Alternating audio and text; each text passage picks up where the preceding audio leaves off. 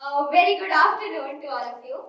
That was nice of a break, I think, and I'm sure all of you have got a pen and a paper in you. By the way, I'm Pushti, and here's what I wanted to do. While I'm talking to you for the next, let's say, 5 or 6 minutes, I'm going to be dropping some answers to a question I'm giving you. All you have to do is listen carefully and try to look for the possible answer. Sounds like school? Don't worry, it isn't that difficult. So here's the question. What do you think is the opposite of fear? Yeah, you can jot down the answer right now if you're really sure, or keep looking for it. And now we change the gears. I'm taking you all to a wintry, cold debut afternoon of 19 December. By turning the time wheel almost 360 days backwards, 2021. That too was an exciteful day at Playtos as we had just finished our first ever punctuating event. Believe me, I was exhausted as it had been an eventful morning. But wait, there was something else. Unrest, upsurge, stirring. I couldn't quite put my finger on it. Anyways, we are heading back home and in the car, my dad's driving, my mom's smiling away, looking out of the windshield, and I suddenly feel like crying. The next moment I know, tears are rolling down my eyes. And no, it wasn't because Chirag sir didn't give me a compliment that morning, hello, or Simon didn't even come to our first ever punctuating event. Instead, I noticed a film playing in front of me. A series of pictures, sounds, faces, pleasant moments. It had all those so many little glimpses from the morning before. Suddenly, I noticed a scene flash in front of me when I was so nervous the day before and was talking to my mentor, Simon, and he offered to wake up really early the next day to give me a pep talk. The next glimpse flashing in front of me was when I was actually setting up my PlayStation and everything was going haywire due to the wind. And one of the alphas just came up to me and said, "Hey, chill, you're gonna be awesome." Cut to the next scene, which was when I was actually presenting confidently in front of someone, and I noticed my mom and dad just standing there, listening to me. The moment I finished, they came up to me and gave me a hug. What a moment that was. Honestly, all of these wiggle-waggle moments here and there had made all the difference. It had somewhere overpowered me. It had filled me up with a feeling that was so pure and so very humbling that I was feeling like crying. And I was actually crying. And look at all of you. All of you are smiling. But it's time we change the gears once again. Buckle up though. This part of the ride is going to be a bit bumpy, as it's about some of my bad days. Earlier this year, my best friend and I, we got into a huge conflict. And we had been best friends for over 9 years. But this particular conflict, it slowly took over us. How much soever we operated from a point of denial, it made both of us realize that we had indeed outgrown that friendship. On most of the days when all of this happened, I was at my lowest. I didn't feel like interacting with people.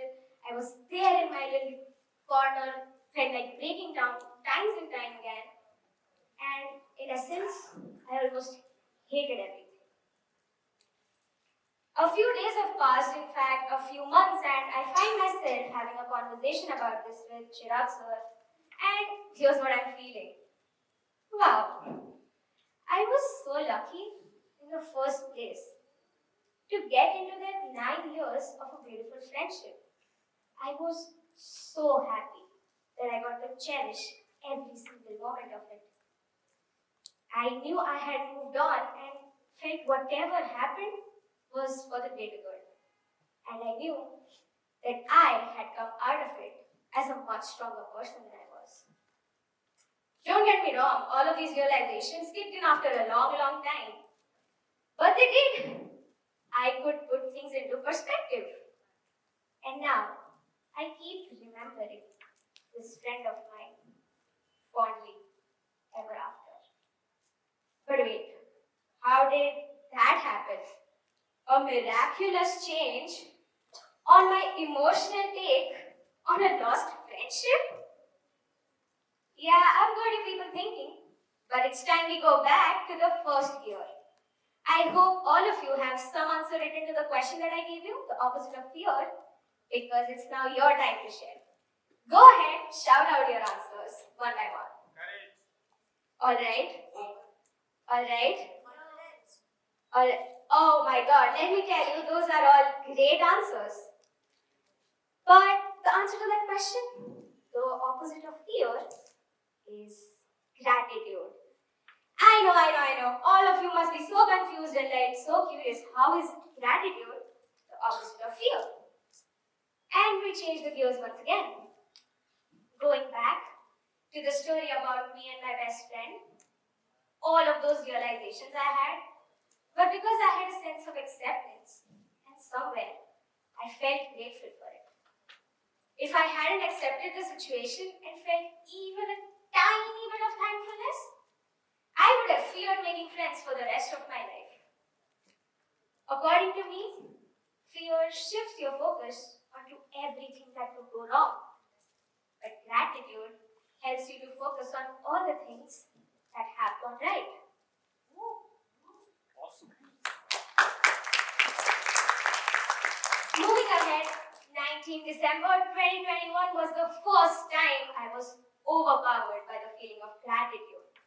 It was a feeling I never wanted to let go of.